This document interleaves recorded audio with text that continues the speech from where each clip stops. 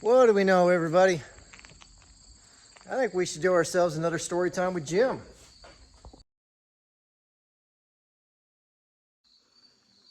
Well, for those of you that don't know, I am Jim. I like turning wrenches on lots of different things, whether it be a tractor, a combine, a semi, a feed truck, a pickup, a car, doesn't matter. I like turning wrenches. I feed cattle, work with cattle, and from time to time I pretend I'm a farmer. Now, like I said, I wanted to do a story time with Jim, and I've been thinking of this one for quite a while, and a lot here lately. A lot lately. Now, for those of you that watch my videos, and you go back a couple of videos, see the one I did on my time at Wyotech. Now, when I went to Wyotech, I went for a core of collision refinishing, and I majored in street rod custom fabrication. I had every ICAR certification under the sun, had the SADA certification, EPA certification for painting, the EPA air conditioning certification, all sorts of really cool stuff. Now, when it was getting closer to time to graduate, and I was starting to figure out who I was and what I wanted to do and what interested me, I had kind of an order of what I really wanted to do.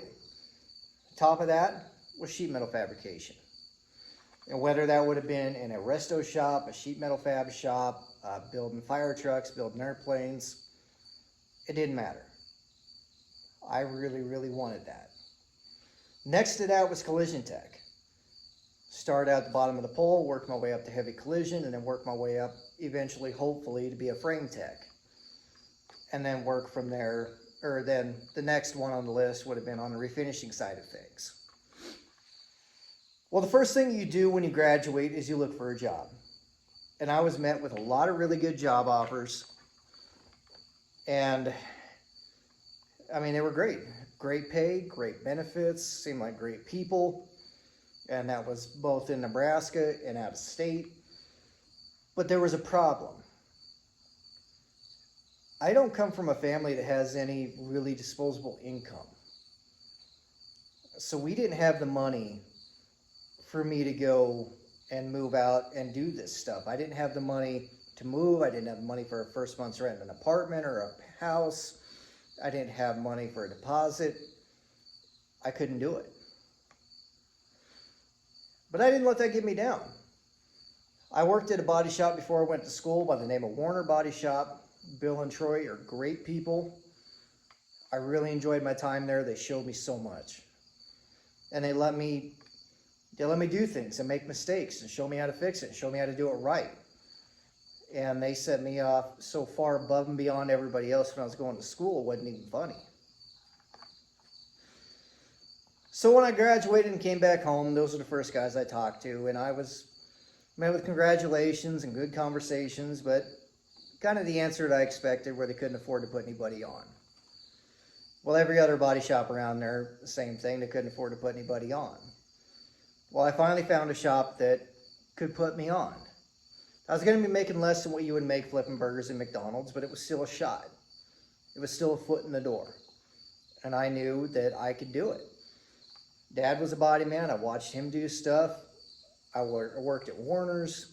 I went to school. Like I say, graduated with all my certifications and everything else. I was ready.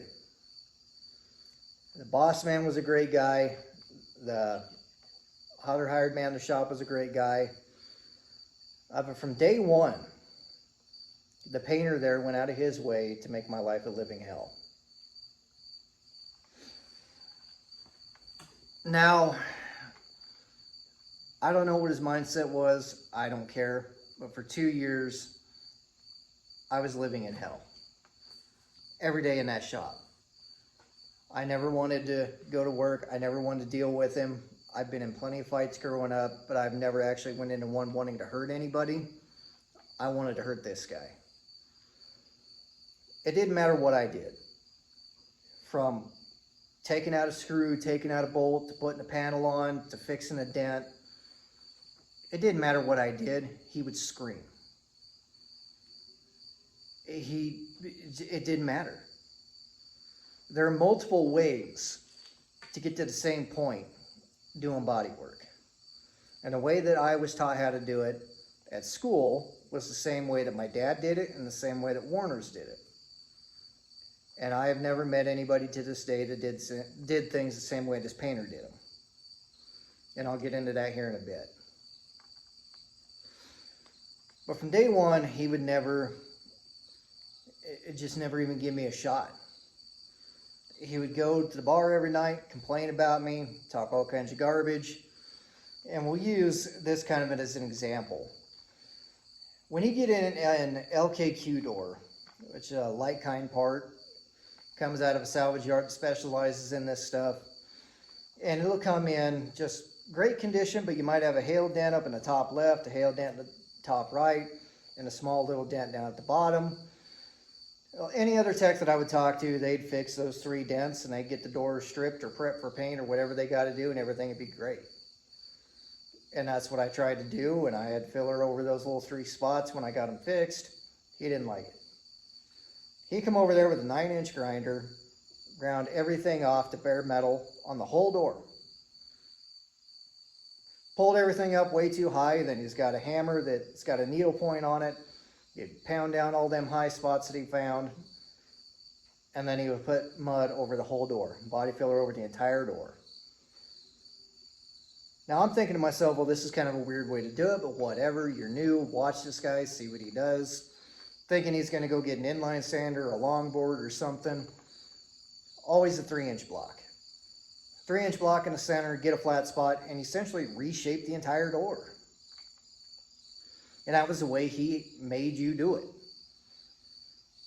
And it was 2 years of this where nothing was ever right, or I was never allowed to do anything right. And I complained to the boss man, I complained to my dad, I complained to everybody I could find. And I was always met with the same thing, like, just do it your way. To hell with it. But they weren't living it. They weren't dealing with it. If he wasn't in the booth, he was breathing down my neck and screaming at me. Every single day. It was just bad. It got to the point where I wasn't even thinking about what I was doing. I was thinking about what he would want. And it was never right. You could do exactly what everybody else was doing, exactly what the hired man was doing, exactly what the boss told you to do, and it still wasn't right for this guy. And they brought in another guy that was going to help manage. And then you got 2 guys. You got him yelling at you because you're trying to do things the painter's way. As soon as he leaves, the painter comes in, screams at you, saying that guy don't know shit because he ain't done it in 20 years. And it goes back to screaming at you. And you're getting it from both sides then. And when I got to the end of my time there, after about 2 years, I was done. I couldn't do it anymore. I developed bad habits, anxiety, depression. I was done. And I couldn't fathom how somebody would do that to anybody else. And I even look out now at people graduating school going to be diesel techs or going to be mechanics or going to be body men or anything like that. And every college kid has a little bit of a chip on their shoulder, that's fine. But you see it in these shops that you got guys and gals that are, a lot of them are like, okay, show us what you got. Do you know how to do this? Great. Figure it out. They watch them, they let them make mistakes, and they show them how to correct it. Practice don't make perfect, practice makes permanent. You watch how they do things. If they're doing great and it's going to work out and they're going to get faster at it and it's going to turn out in a quality way, then great. If you got something that's going to make them faster, cool, give them a tip, trick, pointer. But everybody's got a different way to get to the same end goal. And I watched a video there a couple of days ago about doing door skins. And there was 10 different guys there, and every single one of them did it a different way. It was all done about the same amount of time, and the repair was it all looked the same in the end. They just had different ways of getting to the same point. And this guy here, he didn't care. And there's other guys like that out there in the workforce too. There are guys, if you're not doing it exactly their way, then you're an idiot. and you don't know anything, and you're ungrateful, and it's just this whole thing. But after 2 years, I was done. I didn't want to look at another car. I didn't want to work on another car. I didn't want to pop another dent. I didn't want to replace another door. I didn't want to tear apart another door panel. I didn't want to replace another windshield, put another headlight in. I didn't even want to change my own oil. I got rid of 95% of my tools. I went from doing that to working for Mike and Teresa, and I was actually making about the same kind of money as I was working at that body shop. So yeah, it wasn't paid much. But when I started working for Mike and Teresa, I still walked around like that same attitude, like I'm walking on eggshells. Just quiet, don't say nothing, don't whatever. Mike and Teresa owned Mr. J's, which was a small town grocery store at the time. And they had a full service meat counter in there. So you would come in and we special made hamburger every day out of one single cut of meat. So it was always consistent. It was no trim or no scrap. We hand cut steaks to order. There was always a quality that went into it. Everything was done in front of the customer. You got exactly what you wanted. You'd come in and say you want a 12-ounce steak, or you want a 1/2 inch thick steak, or you want a 3/4 inch thick steak. We had a guy from about 90 miles away that was a head football coach at a high school. They would come in every other weekend and order what he called a gym steak. We had guys from Maine that would come up and buy coolers full of it every single summer. And Mike and Teresa had a different mindset. They were great people to work for. They built you up. If you made a mistake, they didn't scream at you. They didn't get angry. Everybody makes mistakes. They told you how to correct it, told you about it, everything was good. And Mike and Teresa, they had me doing everything. From working with the restaurants to cutting all the meat for everybody, which is my primary duty, to work with POS systems, working on coolers, compressors, to unloading trucks with forklift, everything. Everything but cutting a check. When they floated Dan and Karen, it was the same thing with them, just my workload got increased. And I got treated terribly again. When I left them, went to the competition, it was the same thing. Wind me up, watch me go, and they had me in everything. And when I left that and went and started driving truck and pulling flatbed, I went in with the same mentality I did when I got out of school. I wanted to be the best. And I was. My first year in that rookie fleet, I was the top guy. But I got into the big boy fleet, I was one of the top 5. When I switched companies, I was always in the top 5. And then when I moved on and started working for Jeff, pulling bull rack and hopper, I was the guy. And driving a truck wasn't any walk in the park. It wasn't exactly fun. It's not as fun as it looks on TV or just driving down the road. But the nice thing about working for Jeff when I was driving the truck for him was you ran it like it was your own. You made the calls, you made the decisions. And Jeff was a certified cat mechanic, great mechanic. And Jeff was one of those guys where he was patient. He may lose his patience once in a while and get after you, and he'll call back a half hour and apologize. I mean, we butted heads, but we were really great friends. But the one thing that was nice was that Jeff would pass that knowledge along about turning wrenches on these trucks. Most drivers would not touch these trucks, and for good reason most of the time. But I'm one of those guys that I like to turn wrenches and I like to learn. And it kind of reinvigorated that little fire inside of you that, hey, I like doing this. My grandpa, when I was a kid, liked turning wrenches. He'd work on everything, and it was great. I loved seeing that when I was a kid. Dad was a body man. I loved seeing that.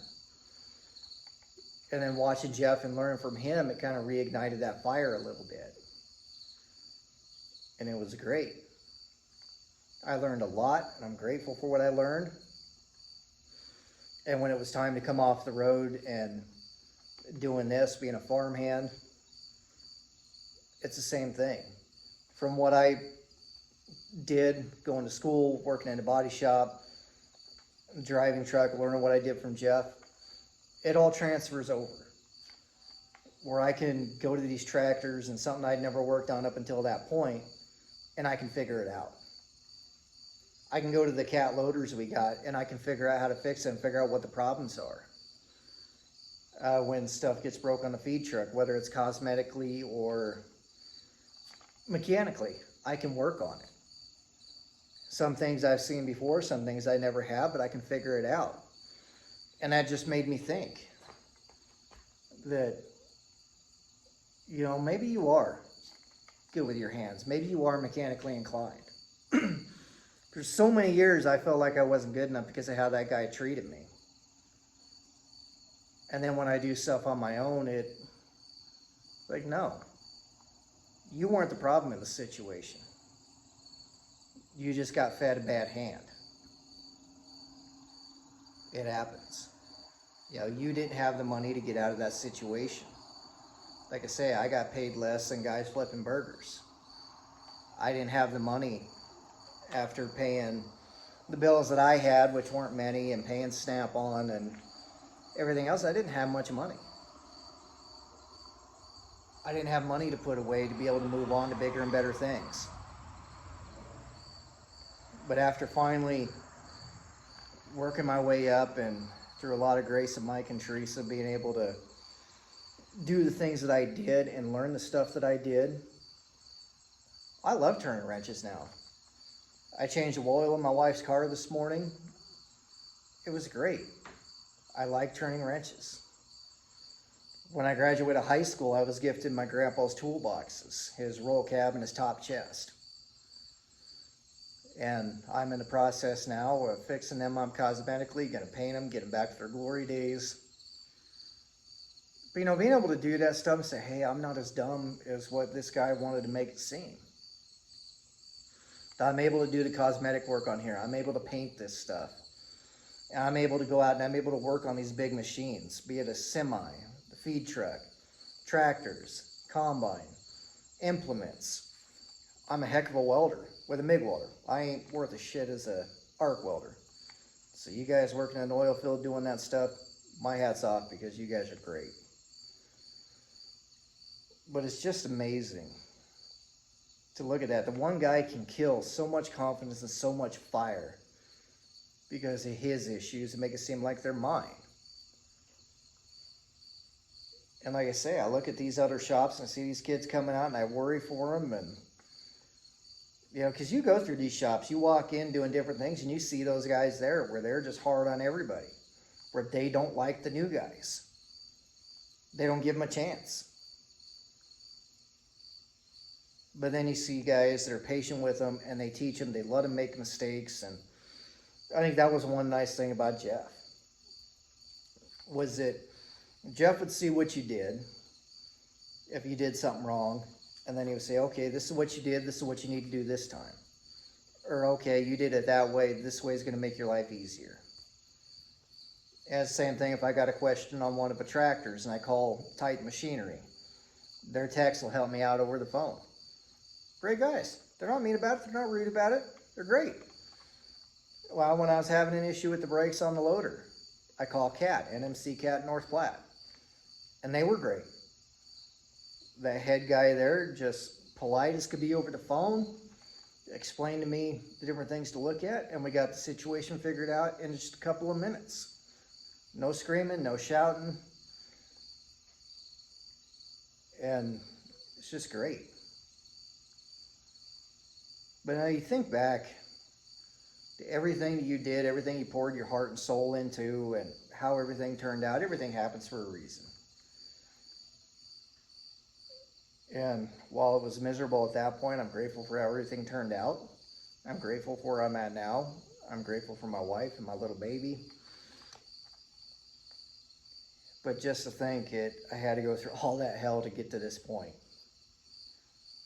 But it was also great to be able to learn all these new things along the way, to know that I wasn't the problem there at the body shop, and to know that I'm really good with my hands, that I can do all this stuff. But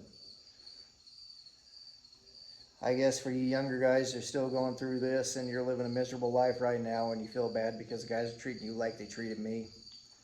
Hang in there. It may not work out right away. It may not work out like you plan it right away, but it will work out in the end. I promise you that. But anyway, guys, I went on for 20 minutes. I got burgers I got to cook. I'm sure my wife's getting cranky right now because of it. So, like I say, guys, I enjoy telling these stories. I hope you stuck around to the end. As always, I thank you all for watching.